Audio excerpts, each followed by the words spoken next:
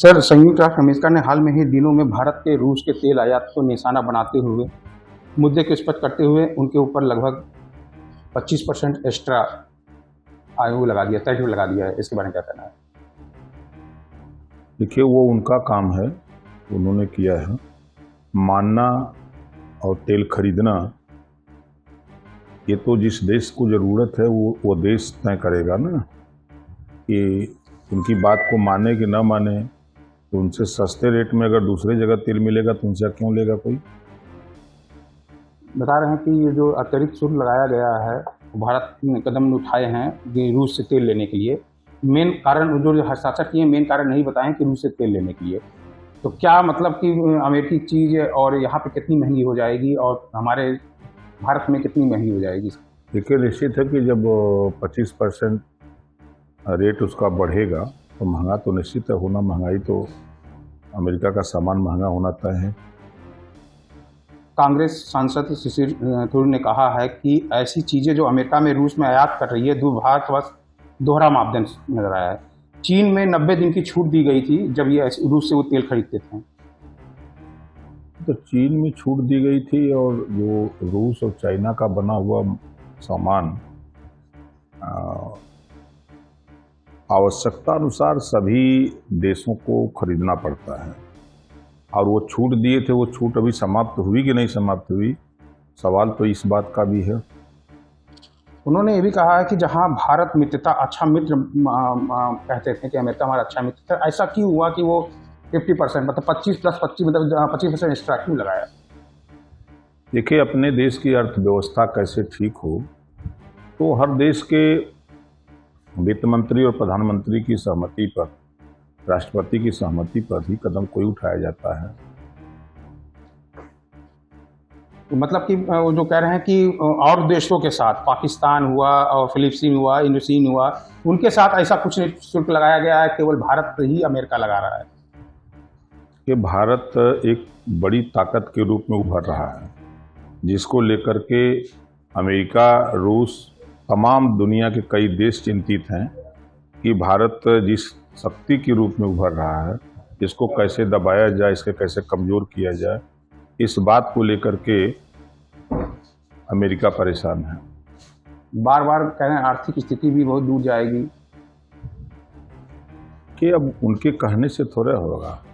देश की आर्थिक स्थिति बनाए रखना देश के प्रधानमंत्री और राष्ट्रपति और देश की सरकार की है, ना कि दूसरे देशों की है।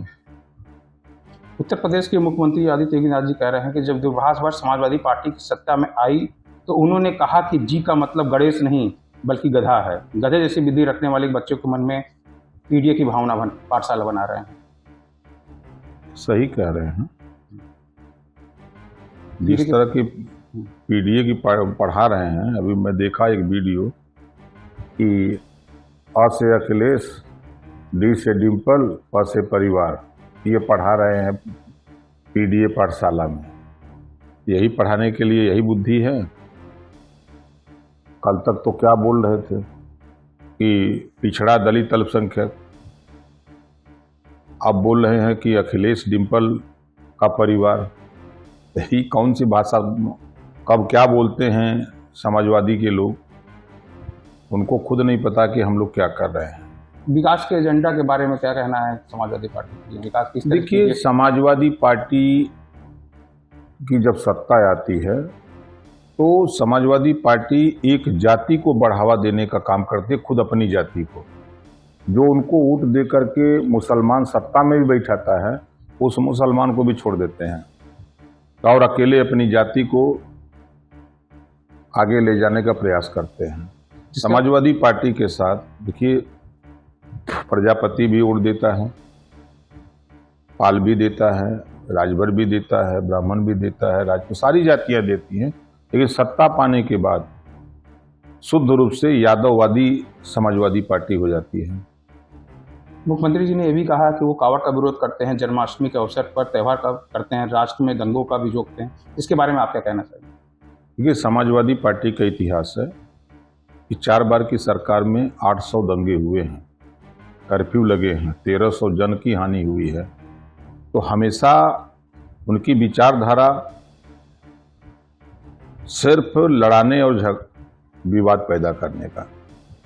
बाप भी कह रहे हैं कि राज्य में जो दंगों के आग में झोंक दिए हैं उसके लिए आप कहें? कौन कह रहा है? मुख्यमंत्री जी कह रहे हैं कि समाजवादी पार्टी सरकार ये करती है। भाई देखिए, 2013 में सहारनपुर का दंगा, ये सैफई में नाच करा रहे थे और वहाँ दंगे में लोग मारे जा रहे थे। मुख्यमंत्री को दंगे पे कैसे अंकुश लगाया जाए, अगर कोई घटना शुरू हो गई तो उस पर अंकुश लगाया जाए कि बैठ के नाच देखा जाए।